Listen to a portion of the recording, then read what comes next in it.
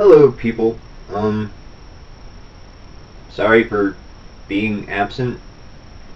If you feel that I owe you an apology.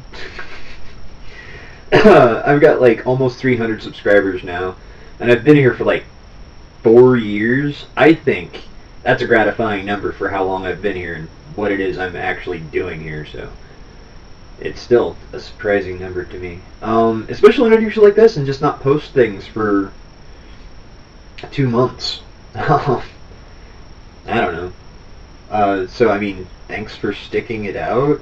I don't really have that much to say. I mean, I really don't. A lot of my videos are like these reflective, not even investigations, because it's shit that I'm going to think about anyway. But it's self-reflective type vlogging, and it's one of those things to where I really genuinely haven't had anything weighing heavily on my mind.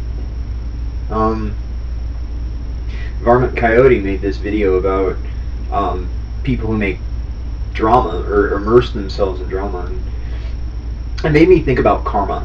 Karma in general.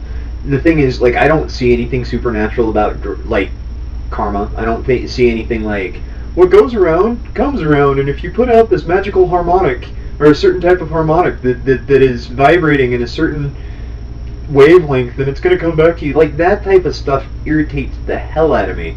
And the thing is, the reason why it bothers me isn't because it's not true. It's because the language that people use to describe it, like, it's almost... No, it is designed to make it sound more spectacular and more magical and more mystifying than it really actually is. I believe in karma. I do, but it's not that whole what goes around comes around kind of way. If you give somebody a dime, you know, a dime's going to come back to you. No. And I've explained this in other videos before. It's when you're born, you're given a room. You're given a room. And you can decorate that room. You can punch holes in the wall. You can tear down the door. You can piss all over piss in the corners. You can do whatever you want with it. That is your room. But at the end of the day, you're the one who has to sleep there. That's my view of karma. That's it. Like, how you treat your world, you know, how you decorate it or how you mistreat it or abuse it, that's all a world. That's all an environment that you have to live in. That's it. It's that simple. You know, if you go around being a violent prick, people are going to be more prone to being a violent prick to you. And then furthermore, when somebody is a violent prick to you, you don't have that very many people who will be willing to stand up or stick up for you. Like, that's karma. That's real world karma. Cause and effect. You know, and it's just... I had this conversation with someone about it the other day, and it's it seems to be that there's this insistence to bring in supernatural or magical, like, words, you know, language, like to bring in mystic language into the equation. It's just like, that's, I don't know, I feel it's counterintuitive, you know, but if you can translate it, it makes sense. You know, it does. It's just that I don't think those people realize that they're going out of their way. They're going out of their way to being cryptic. They're going out of their way to be misunderstood. They're going out of their way to make things convoluted. You know, to start using things like the universal harmonic. Like, just say what you fucking mean. It's not that hard. And if you do use, you know, language that's very, very curt and very, very to the point, yeah, people aren't going to receive that. They're not going to interpret that as nearly as mystifying as maybe you even find it. But that's their damage. You know, if somebody can't just enjoy life for what it is, if they can't see a sunrise and say, hey, there's a sunrise, or see a flower growing and smell it and go, oh, that's a really pleasant flower. They need to say something like, isn't the universal integrity of all of existence so beautiful? And it's like, no, it is. Yes, it is, but I was looking at a flower. I was looking at a sunrise. That sunrise, that flower, that's what I'm appreciating right now. And to compare it or to bring it into the connectivity that it's got with all of reality, you're really pissing on that one experience, because the whole is always going to be greater than just those parts. You know? But it's the fact that we can only appreciate reality in segments. We have a limited perspective. We have a limited perception on things. And so to take 50 minutes out of your day to, like, observe a sunrise, if it makes you think about the bigger picture, great. That's awesome. It inspires you to think bigger thoughts. It inspires you to think about how things are interrelated. That's cool. But to demand that that's what it's all about, or that's how people should be looking at it, karma. People are going to think that you are a prick. That's what happens. And, yeah. I was having a conversation with Epific, and, you know, I told him, you know, I think one of my defining characteristics, I'm not a really spiritual or religious person, but one of my defining characteristics is that I'm kind of sanctimonious. And he's just like, oh yeah, that's... And it was kind of cool. Put a smile on my face. He's like, oh yeah, no, I know, I'm well aware. That's what I like about you. To revere things as they are, because that's all I'm doing. I'm not giving you some sort of bullshit about how things are interrelated and we need to find out the ethereal meaning behind things, and if we do that, then we'll be able to find our peace and our rhythm with the world. Like, I'm not gonna, like I'm saying, there are things that I do, and the way I say things, or the way I do things, that might very well find itself in sync with your line of thinking. But if you ask me my honest opinion on things, it's a lot more simple than what you're putting off. And to me, it's a lot more valuable than what you're trying to sell it for. Because you're trying to sell it for magic. You're trying to sell it for some kind of weird, mystic, twisty, goopy, incomprehensive thing. You know what I mean? Like, there's no way. You know, it really is like somebody sticking a carrot in front of your face, like, hey, chase the myth, achieve the myth, and it's just like, fuck you. When it comes to the karma, I'm just going to clean my room.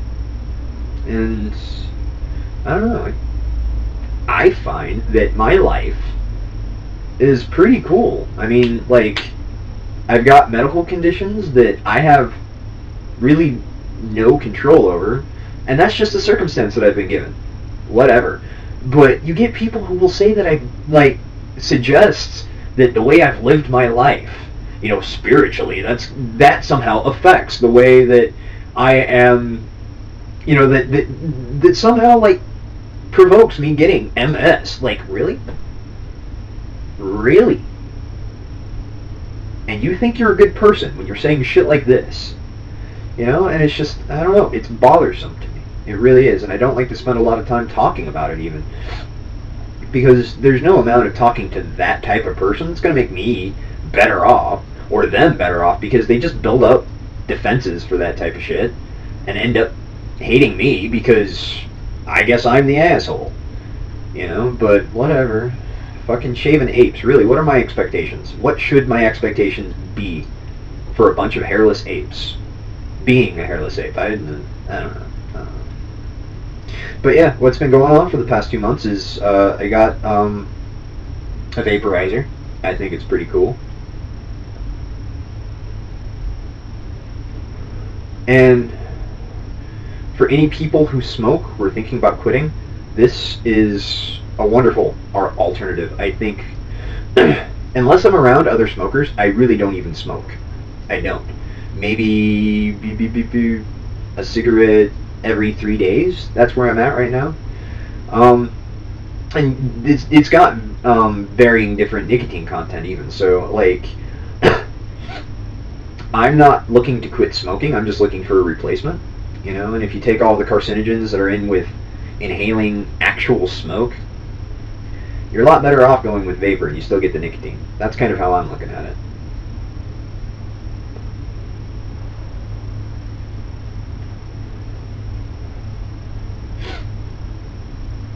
It does take a little bit longer to draw on than a normal cigarette. I can, you know, with the cigarette, I can go and done. So I guess I'm going to have to, if I insist upon inhaling nicotine during my videos, I'm going to have to edit that out.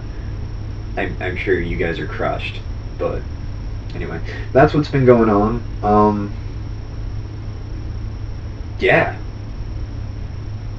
I don't really have anything to say. Like, I opened my mouth, and the first thought that comes to my mind, I just kind of vomit. And I don't know, I don't really want to make videos like that. I don't. But, you know, I'm still around, I'm still kicking. I'm sure I could add something to all of it, but... bleh.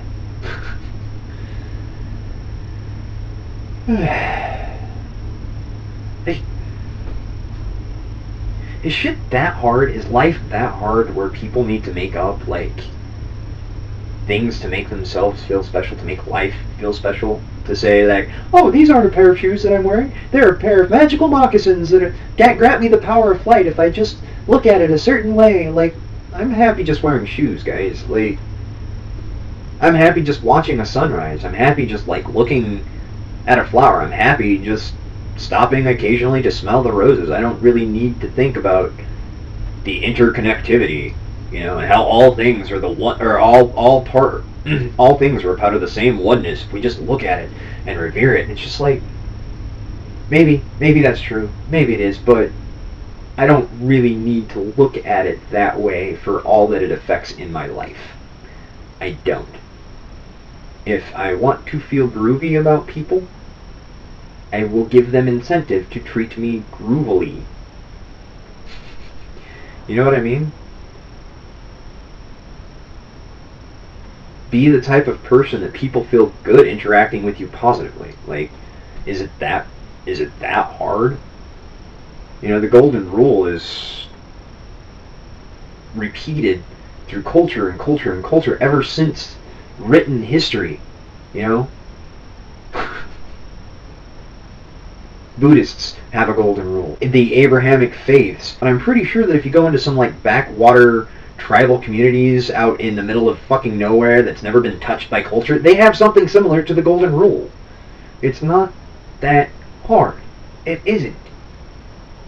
And it doesn't give people a meaning to life, it doesn't give people a purpose, but it gives people a pretty good idea of how they should be interacting, how they should be conducting themselves. It's not that hard. You know, it's advice that is centuries fucking old. I think that it's withstood the test of time, but who am I? I'm just a person, right?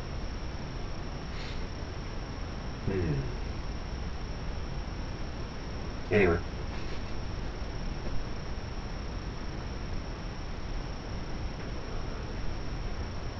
I could go on, but I really don't even think that I should. I don't even really think that I should be making this video. It's just...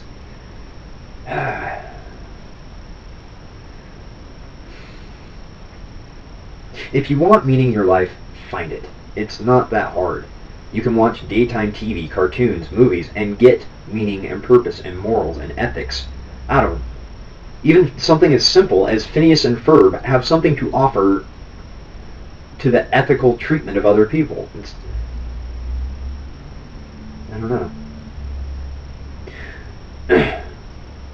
Like, if you really, really want it, and you do, yeah, it's cherry picking. You know, you have to cherry pick your meaning, you have to cherry pick your purpose, and sometimes you pick out shit that's not even really presented. But if it means something to you, awesome.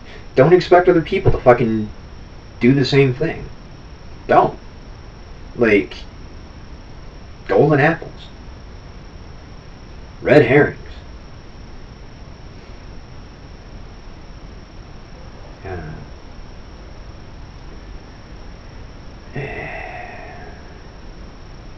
You can find a significance and a greater purpose in just about anything if you take enough time to think about it. As far as the atheists versus theology debate thing going on that will forever go on, here's a thought. With Christianity, here's what I get from it. You know, you take all of the kooky interpretations of God aside, the overall moral, the overall story, that what I get from Christianity is that mankind complained enough about how shitty life is and how unfair life is, God came down and said, you know what? You got a point. You have a point. And I'm going to come down myself. I'm going to come down and live in poverty. I'm going to be mistreated. I am going to live among the diseased And in the end of everything, I'm going to get betrayed by my best fucking friend. And then I'm going to get tortured to death. And when it's all said and done, if you can be cool with me after doing that, I can be cool with that, or I can be cool with anything else you do. That's what I get out of it. Do I believe it? Did I think that it actually happened? Probably not. I wasn't there. And for all we've got, it didn't. But we've got this story. And that story means something. There's something that people are holding on to. What is it? And so I look at the story and go, well, that looks like it's pretty much what they're saying. Christians of all different variety, they're talking about this atonement thing. And that really is God, like, to me, it's God saying, hey, look, I can put myself through this shit too. If I can put myself through this shit, and you can see me go through this shit, then we're good. That's what I get out of it. Is it fair at all that he has to do that, or he would do that? You know, that's where it gets into more goopy, nonsensical stuff. You know, you got the theists who will come up with justifications and reasons for it, and you've got atheists who will be like, that is stupid. Why would God need to even undo? Like, he can undo anything. Like, all of the pain and the torment with a snap of the finger. Why does he have to fucking put on this dog and pony show? I'm just extrapolating a meaning from this little fable that people keep sharing. That's it. You know, I'm not going to debate anything, whether or not it actually occurred or why it would have. I'm just giving you the fucking interpretation of it. That's it. Hey. But again, hairless apes. What should I expect? Other than people going, oh no, no, no, no, no. That's what this means. I don't fucking care what you think it means. Like, I really don't. Not if you're going to be that panicky about it. If you're not going to be that defensive about it on one side or the other. I don't know. People are just people. Hey. But on the other side of things, people are pretty fucking cool, too. Like, empathy and shit like that.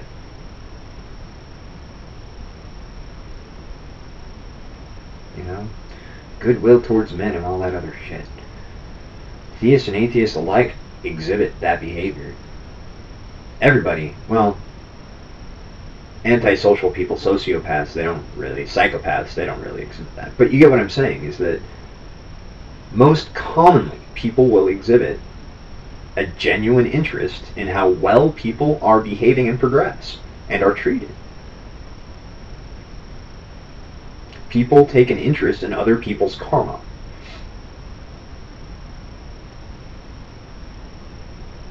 And they're willing to help. But we're still just hairless apes. We're still just primates rolling around. We only picked up our first pen about 4,000 years ago. Out of the how many thousands of years of human progress, quote unquote, you know?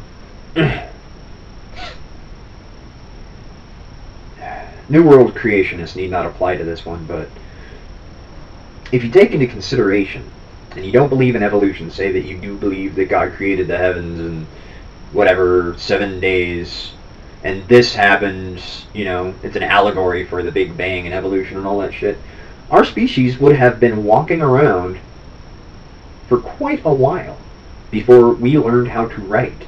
And in 4,000 years of learning how to write, to go from a quill and ink up to the computer and internet in 4,000 years, I don't know, I'm pretty impressed. I am, personally, but doesn't make you all any less irritating. Doesn't make me any less irritating. It's just we're hairless apes. Anyway. Hi.